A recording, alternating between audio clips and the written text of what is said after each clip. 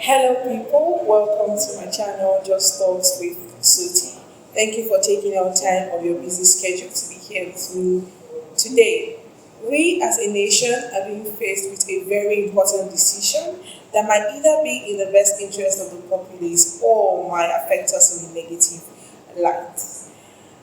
You might agree with me that the last 8 years has not been a smooth ride. However, it will be a disservice for you and I to be indifferent at a time like this. Because whether you and I like it or not, whatever decision is being made in the next couple of days will either make or mar us as a nation. It might either affect us in a positive or negative light. Whether you and I like it or not, we are affected either ways. So it's best if we choose a side and act decisively. That being said, I would like to say a few things, okay? Now, it is super easy for us to blame the government. I mean, there's unemployment in the land, there's scarcity of fuel, there's naira scarcity, there's insecurity, there's a whole lot that has gone wrong in the last 8 years. As much as we want to blame the government for everything, even things that we personally contributed to, let us also note the fact that, in my own opinion, the average Nigerian seems to be a very selfish person. So it's always a me, myself, and I thing, and this should not be the case. Now, to buttress my point, I will make a few examples. Okay. Now we understand that in the land, yes, there's fuel scarcity and there's cash scarcity. Okay. But does this justify the fact that a regular POS person would charge as much as 200% what they normally charge on a normal day?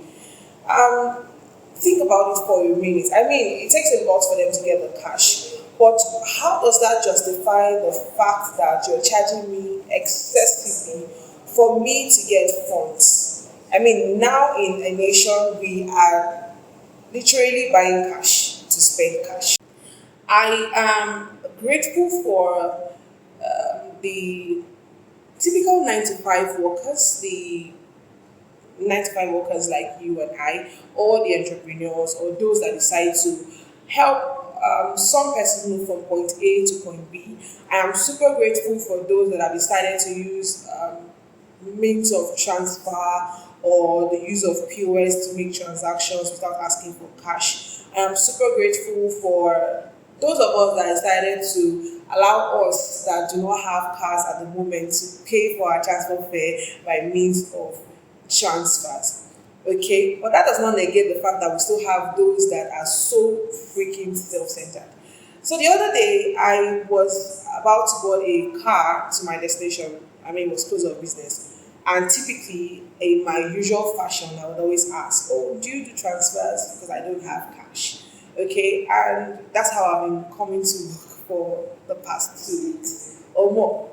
And yes, this guy says, "Oh, yes, I accept transfers." And I said, "Okay, great. So, how much is the fare?" Now, typically, right, without the fuel scarcity or what have you, the transportation fare from that point to my destination is typically around 400 to 500 naira. Okay, and then in worst case scenario, maybe 700 naira.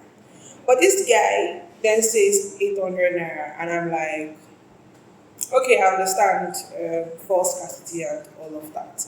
Then I go, okay, that's fine. I would make a transfer. And the guy says, no, you're going to add charges. And that was where I got livid. Like, why would I add charges for my transportation? It's like saying I'm paying my transport fare, and my transport fare is 800 naira, which should not be, but I mean, I'm already tired and I choose to pay that fare. And then you're still charging me extra for paying for my transport fare. Now think about that for a minute. Now let's not even go as far as going to the regular government officials. I'm not even talking about those up there, the senators and all that you have up there. I'm talking about the regular Nigerians, okay? So we have people in the offices, we have the secretary that will want you to buy a recharge card so you can see your car, or those that want you to sort them out so you can get a contract. And then I've engaged a couple of typical average Nigerians like you and I, and the response I get is amazing. I mean, you're not even there in power, but you're already showing off so much power, even in the littlest place that you find yourself. We need to do better as a nation. Okay, we need to do better as Nigerians towards Nigerians. Just so you know, it is your civic responsibility to the nation to vote for your leaders. Okay, now while we head towards the election period proper, I feel the need for us to understand that this is not about trial, this is not about nepotism. We need to vote the leaders that we understand have capacity. I'm not here to influence your vote. I am just saying whatever you need to do, vote right. Avoid tribe. Do not vote for selfish reasons. I already said earlier that it's because Nigerian is selfish, but you can do better. You and I can do better. It's not about, oh, this man is from my tribe. The question we should ask ourselves is, does this person have capacity? Is this person intellectually sound? Can this person stay for the next 8 years without having to go for medical trips every now and then? Does this person have a heart for the nation? Is this person a servant leader? I remember a quote that went viral, that Nigeria is not for sale. Yes, and I totally agree. Nigeria is not for sale. So you and I need to do better. We need to vote wisely. The psalmist said, pray for the peace of Jerusalem, they will prosper in it. Okay, so Nigeria is our Jerusalem. No matter how much you want to say, oh, I want to japa, 200 million Nigerians cannot japa.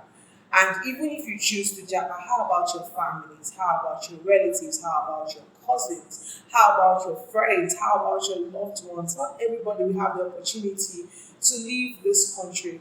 So it's in our best interest to observe our civic duties. I've always said this one and again, and I will always not fail to buttress this fact. If you do not vote, if you do not observe your civic duties, you have no right to complain about the state of the nation. If you faith without works is dead, so you apply your faith and your work. While you're praying, also get your PVC, go out there and vote. I know it's already too late for us to, for those of us that don't have our PVC to vote, but please, as much as you have your PVC, do not sit at home. Please vote. Vote wisely, vote for competence, vote for inclusion, and do what you need to do as a citizen. Do not engage in violence. Do not engage in violence. You do not need all of that. If you're angry at the state of the nation, then this is the time for you to rise up as an individual, go out there and observe your civic duties. The change you desire is in your hands, and you and I can do better as Nigerians. You and I can do better as an individual. It's not a me thing, it's not a I thing, it's a we thing. And if we want to see the change within, then it should start from us. And one of the steps we can take to ensure that we have the change that we want is when we vote right. Okay, I cannot overemphasize this. You and I need to observe our civic duties. We need to vote. Thank you so much for joining in. I do not want to keep on repeating it, but I'm sure that you got the message. Please take your anger to the polling units and vote for the right person to govern us and take us to the promised land. I believe in a better Nigeria. I believe Nigeria will be great in my lifetime. And I will vote, and I hope you do so too. Thank you so much for joining in. Have a great day ahead. Bye.